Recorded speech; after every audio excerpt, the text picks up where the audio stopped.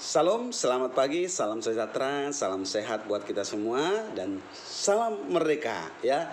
Untuk negara yang kita cintai, Indonesia yang ke-76. Mari di hari kemerdekaan kita yang ke-76, semangat belajar kita juga semakin merdeka, semakin semangat ke depannya. Ya, untuk anak mister yang ada di rumah, kita kembali mereview dulu hasil penilaian bulanan yang lewat. Ada nilai yang memuaskan, tetapi ada juga nilai yang kurang memuaskan. Otomatis itu akan berpengaruh kepada rapot bulanan kamu yang sebentar lagi akan diberikan oleh wali kelasmu. Ya, jadi penilaian bulanan itu akan mempengaruhi nilai rapot kamu, ya, rapot bulanan yang akan dibagikan. Jadi pasti ada di antara kamu yang tidak tuntas pembelajaran agama. Karena kemarin saya sudah bolak-balik jelaskan KKM, kriteria ketuntasan minimal. Berarti nilai paling rendah supaya kamu tuntas di kelas 6 pendidikan agama Kristen adalah nilainya 80. Kalau di bawah 80 itu kamu berarti tidak tuntas, ya. Maka kemarin saya jelaskan, jangan main-main di dalam pembelajaran pendidikan agama Kristen karena KKM-nya yang paling tinggi, 80. Anak-anak yang tidak bisa mencapai nilai minimal 80, kalau di bawah 80 otomatis dia tidak akan tuntas, ya. Maka jangan main-main ketika mengikuti pembelajaran. Jangan dianggap ketika kita belajar di rumah, kamu belajar di rumah, ya, jadi main-main, tidak mempergunakan waktu belajarnya dengan sebaik mungkin. Jadi mister anjurkan, mister sarankan, ya, ketika kamu belajar di rumah, bayangkan kamu juga sedang belajar di sekolah. Berarti time-nya itu, waktunya itu pergunakan. Jangan dianggap sepele meninggalkan pembelajaran, ya. Walaupun ada kebebasan di rumah kamu melakukannya, tapi mister berharap itu tidak boleh bermain-main saat belajar, ya. Oke, kita kembali ke tema kita. Apa tema kita hari ini? Masih sama dengan tema minggu yang lewat, yaitu beribadahlah sebab Tuhan itu baik, ya.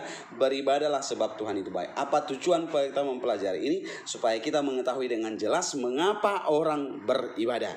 Yang kedua, bagaimana kita mengenal ibadah Kristen, ya. Bagaimana kita mengenal ibadah Kristen. Ya, di minggu-minggu yang lewat Mister sudah pernah menjelaskan apa perbedaan kebaktian dengan ibadah. Dan kamu juga sudah saya tanya secara voice note. Kita sedang melakukan tanya jawab pemahaman kamu tentang ibadah dan kebaktian. Jadi kemarin kita sudah simpulkan bahwa ibadah itu, ya, perbedaannya dengan kebaktian kita ambil dari yang pertama adalah ibadah bisa dilakukan personal seorang diri. Tetapi kalau kebaktian itu harus dilakukan secara bersama-sama. Yang kedua, ya, ibadah itu bisa dilakukan kapan saja, ya, bisa dilakukan kapan saja. Tetapi kalau kebaktian ada waktu tertentu yang sudah ditentukan untuk melakukan kebaktian.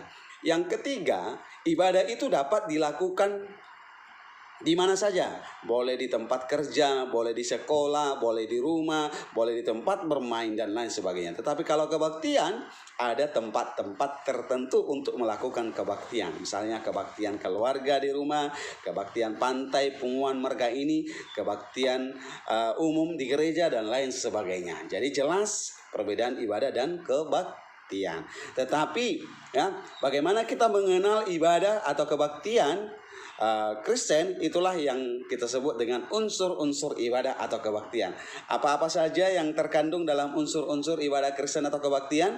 Kemarin kita sudah bahas, ya. Unsur-unsur yang terkandung dalam ibadah Kristen atau kebaktian itu yang pertama adalah pujian.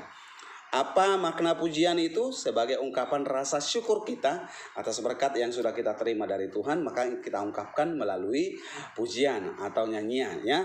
Dan nyanyian ini adalah menjadi ciri khas yang melekat dalam ibadah Kristen, ya. Jadi di mana-mana pun orang Kristen yang melakukan ibadah selalu identik dengan pujian atau nyanyian, ya. Boleh dikatakan secara umum tidak ada ibadah Kristen tanpa nyanyian, ya. Gereja manapun, ya, selalu ciri khasnya itu adalah nyanyian atau pujiannya. Jadi ini ciri khas yang paling melekat dalam ibadah Kristen itu adalah nyanyian. Walaupun kita berbeda gereja, berbeda aliran, ya, berbeda aliran gereja, tetapi ciri umum kita bersama-sama di dalam ibadah kita adalah nyanyian atau pujiannya. Yang kedua, unsur-unsur ibadah itu adalah ada doa, ya. Kemarin sudah Mister jelaskan apa yang dimaksud dengan doa. Doa adalah napas hidup orang percaya. Doa adalah alat komunikasi kita dengan Tuhan. Doa adalah berbicara dengan Tuhan. Apa-apa saja doa, jenis-jenis doa yang sudah kita jelaskan kemarin, ada doa syafaat, ada doa epiklese, ada doa pengakuan dosa, ada doa berkat dan lain sebagainya. Unsur-unsur ibadah yang lain ada juga yang disebut dengan khotbah atau pelayanan firman, ya. Khotbah atau pelayanan firman Tuhan, ya. Firman Tuhan menolong kita untuk mengenal bagaimana Allah bekerja dalam kehidupan manusia pada masa dulu, masa sekarang, dan masa yang akan datang. Apalagi unsur-unsur ibadah, mungkin di dalam LKSmu tidak dituliskan, ada juga yang disebut dengan pengakuan iman, ya. Pengakuan iman kalau di HKBP, GKPI dan lain sebagainya disebut dengan pengakuan iman rasuli. Di teman-teman kita gereja yang lain ada juga yang disebut dengan unsur-unsur ibadah adalah kesaksian, ya. Orang-orang yang bersaksi di depan gereja, ya. Ada juga yang disebut dengan unsur-unsur ibadah itu, ada juga yang disebut dengan persembahan, ya. Kita ketika melakukan ibadah atau kebaktian sudah selalu memberikan persembahan. Dan banyak lagi, ya, unsur-unsur yang terkandung dalam ibadah Kristen. Unsur dengan ciri-ciri berbeda. Kalau itu tadi unsur-unsur ibadah Kristen, ciri-ciri ibadah Kristen juga sudah pernah Mister jelaskan. Ciri-cirinya adalah di dalam ibadah Kristen bersifat dialogis, ya. Bersifat dialogis itu ada dialog, ada tanya jawab, ya. Dalam ibadah Kristen dialogis itu artinya Allah berbicara, ya, melalui para pelayannya, ya, dan Allah juga mendengarkan suara jemaat yang beribadah pada saat itu. Jadi dialogis, ya, sama dengan jemaat. Jemaat juga mendengar, ya, jemaat juga berbicara, sama posisinya, ya. Allah berbicara dan mendengar, jemaat juga ketika melakukan kebaktian, jemaat juga berbicara dan mendengar, ya. Jadi itu ciri-ciri ibadah Kristen. Yang pertama bersifat dialogis, kedua komunal. Komunal itu adalah bersama-sama, dilakukan bersama-sama, bersifat komunal, dilakukan banyak orang. Yang ketiga ciri-ciri ibadah Kristen adalah bersifat alkitabiah, ya. Kemarin ini banyak yang salah, ya.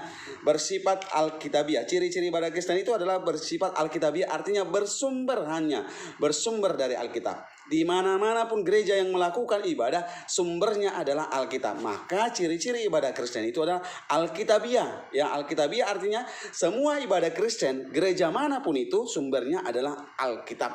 Maka ciri-ciri ibadah Kristen juga disebut dengan alkitabiah karena bersumber dari Alkitab. Karena Alkitab adalah sumber pengetahuan akan Allah dan akan penebusan dunia dari dosa melalui Kristus. Jadi sumbernya itu jelas, ya, adalah Alkitab, ya, alkitabiah. Jadi ibadah Kristen itu harus alkitabiah, artinya bersumber atau berdasar pada Alkitab. Tidak ada ibadah Kristen yang tidak bersumber dari Alkitab. Kalau ada ibadah Kristen yang tidak bersumber dari Alkitab, itu bukan ibadah Kristen, ya. Jelas ini harus bisa terkatakan karena sumber kita adalah Alkitab, ya. Yang ciri-ciri ibadah Kristen yang lain adalah, ya, komunal, dialogis, dan tadi yang terakhir adalah alkitabiah. Itu adalah ciri-ciri ibadah Kristen. Tentu ketika kita melakukan ibadah, ini yang mengapa orang harus beribadah. Alasan yang jelas kemarin sudah Mister katakan. Mengapa kamu beribadah? Mengapa saya beribadah? Mengapa orang lain beribadah? Alasannya lah karena kita mengakui kemahakuasaan Allah dalam kehidupan kita. Jadi jangan ada alasan orang beribadah supaya menerima berkat, itu salah. Jangan ada alasan orang beribadah supaya dia diberikan kesehatan. Itu bukan alasan, ya. Tetapi itu adalah dampak dari ibadah kita. Tapi alasan kita beribadah adalah karena kita mengakui kemahakuasaan Allah dalam kehidupan kita, ya. Jadi sudah jelas, ya.